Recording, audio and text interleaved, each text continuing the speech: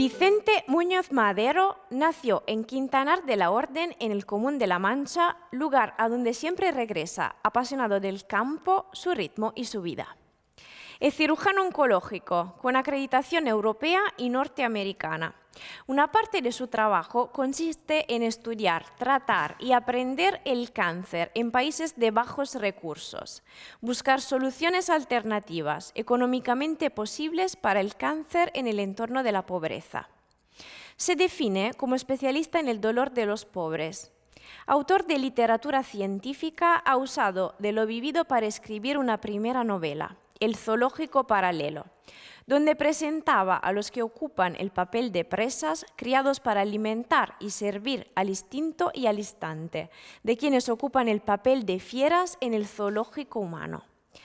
Ahora, en esta su segunda obra, publica cuentos que cuentan del mesénquima, de ese tejido del mundo, que callado y anónimo sirve de sostén, o de paisaje, al parénquima, el tejido principal. Con nuestro deseo de profundizar aún más el libro de Vicente, hoy lo hemos invitado aquí en Conoscere TV. Hola Vicente, muchísimas gracias por aceptar nuestra invitación. Muchísimas gracias, Ginebra. Enhorabuena por tu magnífico castellano. Cuéntanos un poco de qué va tu libro, por favor, y por qué le has puesto este subtítulo Cuentos de ida y vuelta. ¿Qué significa exactamente? Sí.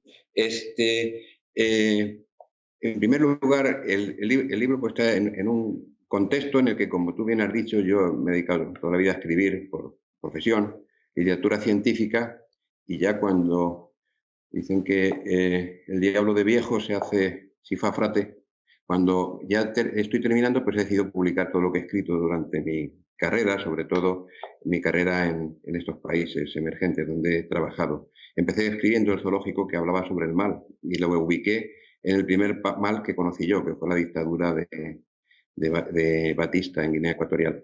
Y este segundo, pues es un homenaje, como digo, a la gente que sostiene el mundo, a la gente común, que es la que hace posible que otros se luzcan, ¿no? Por eso le llamé mesénquima, que es el tejido que alimenta y sujeta a las células protagonistas en todo órgano. Ese nombre está claro.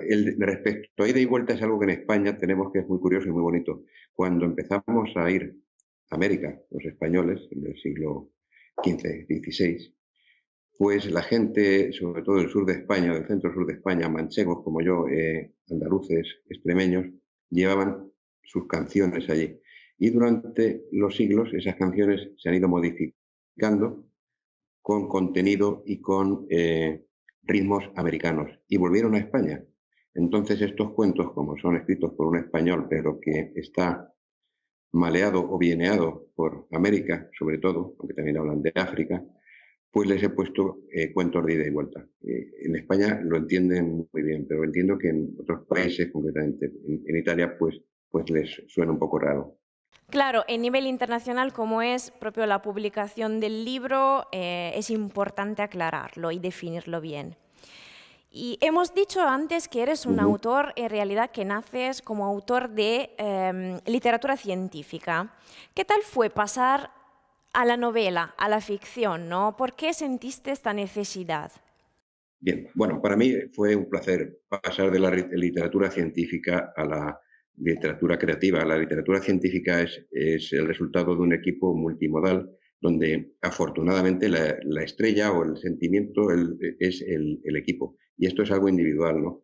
Yo desde joven, pues desde el año 2003, empecé a trabajar en estos programas de tratar cáncer en países emergentes y al principio pues escribía por acordarme, pero las primeras anécdotas me llevaron a creer que tenía casi la obligación de expresar aquello. Y eso es lo que hago, escribir sobre lo que aprendí en mi experiencia en este trabajo. ¿Y a quién aconsejarías la lectura de este libro? ¿Existe de verdad un lector perfecto o es un libro para todo el mundo? Bueno, es un libro para todo el mundo. Yo tengo una paciente en Marruecos, me acuerdo que operé en en Zagora, en el sur de Marruecos, donde teníamos un traductor del bereber al árabe, del árabe al francés y del francés aquí. Me hizo pasar por esa cadena la primera afirmación que dijo: tú tienes los ojos verdes. Dije: sí, señora, muchas gracias. Dice: alguien con los ojos verdes, con estas sentencias árabes, solo puede ser bueno o malo. No hay término medio. Pues a mí me pasa eso, ¿no? Tengo gente que me quiere mucho, que me admira mucho, y gente que no le gusta nada lo que digo y lo que escribo. Pero en todo caso, por supuesto que lo recomiendo a todo el mundo. Es una literatura que, ya te digo, desde lectores que me escriben, me dicen que es como unos ejercicios espirituales, a otros que me dicen cosas maravillosas. Una lectora me ha dicho que para ella es neorrealismo mágico. Me parece una definición perfecta. El neorrealismo es ese cine italiano que no se ha superado, donde con una cámara en blanco y negro y que tenía ruedecitas, pues gente como De Sica, Antonioni, Bertolucci, todos conseguían contar unas historias maravillosas, increíbles, cortas, pero que llegaban al corazón. Por eso me gusta lo del neorrealismo, pero lo mágico se refiere al realismo mágico americano, que todo el mundo piensa en García Márquez, que sí que escribió, pero que en realidad fueron dos, que eran matrimonio los que empezaron a hacerlo, ¿no?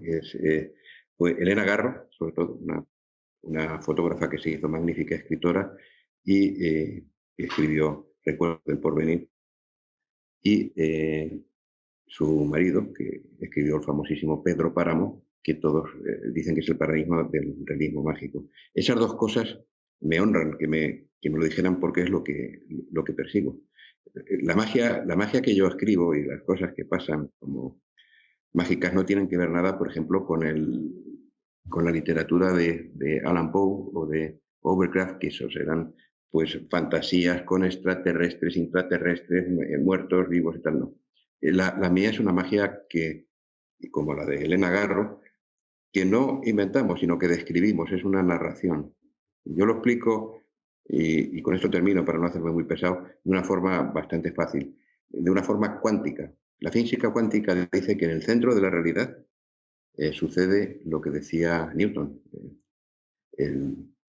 the manners, the British manners, las maneras británicas. Todo pasa. El metro es una medida de una barrita de platino iridiado. Todo es perfecto. Cuando nos vamos alejando de esa realidad, porque la velocidad es mucha, se acerca a la de la luz, porque el peso es mucho, porque el peso es poco, empiezan a suceder cosas mágicas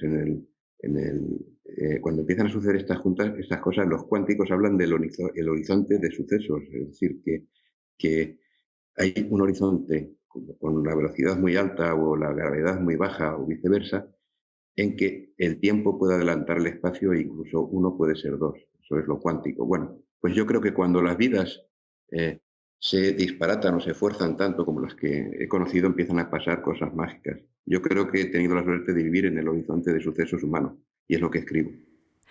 Bueno, me quedaría aquí escuchándote de verdad todo el día. Desafortunadamente ahora tenemos que saludarte, pero muchísimas gracias, Vicente. Nosotros queremos desearte muchísimo éxito con tu libro y gracias por tu presencia hoy.